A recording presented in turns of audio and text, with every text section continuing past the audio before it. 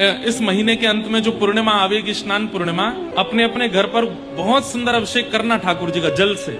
स्नान पूर्णिमा के दिन महाप्रभु जगन्नाथ जी का जलाभिषेक होता है। वह जगन्नाथ जी का जन्मोत्सव भी माना जाता है। जगन्नाथ जी उसी दिन प्रकट हुए थे।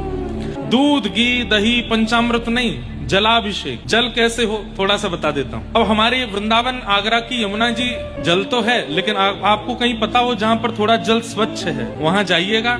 मटके में ऊपर कपड़ा बांध देना, कपड़े में थोड़ा गड्ढा कर देना, और ताकि वो छन्नी बन जाए, और फिर यमुना जी का जल उस घड़े में भरिएगा। तो जो भी गंदगी होगी वो उस कपड़े से बाहर रह जाएगी, पानी भीतर आ जाएगा, जल भीतर आ जाएगा। 2-4 घड़े भर लेना।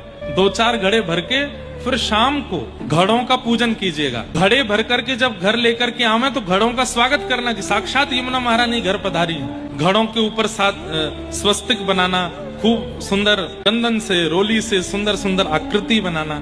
फिर उसके बाद कपड़ा हटा देना। कपड़ा हटाने के बाद मोगरे के पुष्प, कुछ गुलाब के पुष्पों की पंखुड़ियां, सुंदर केसर, और एक परचूने की दुकान पर आपको ब्रास मिल जाएगा, कपूर जैसा होता है। ब्रास को खाने की सामग्री में प्रयोग करते हैं। नहीं मिले तो कपूर, उनको पीस करके वो डाल दें। मतलब हमको ठंडा जल बनाना है ठाकुर जी के अभिषेक के लिए।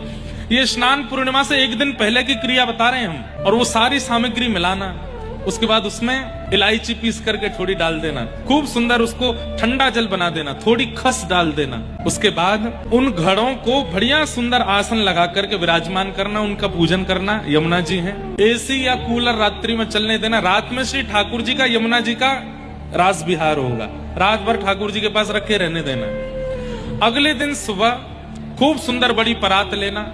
पहले ठाकुर जी को बाल भोग करा देना। बाल भोग के बाद परात में ठाकुर जी विराजमान करके कौपीन पहना देना। मलमल का वस्त्र, मलमल के वस्त्र की पतली सी धोती पहनाना।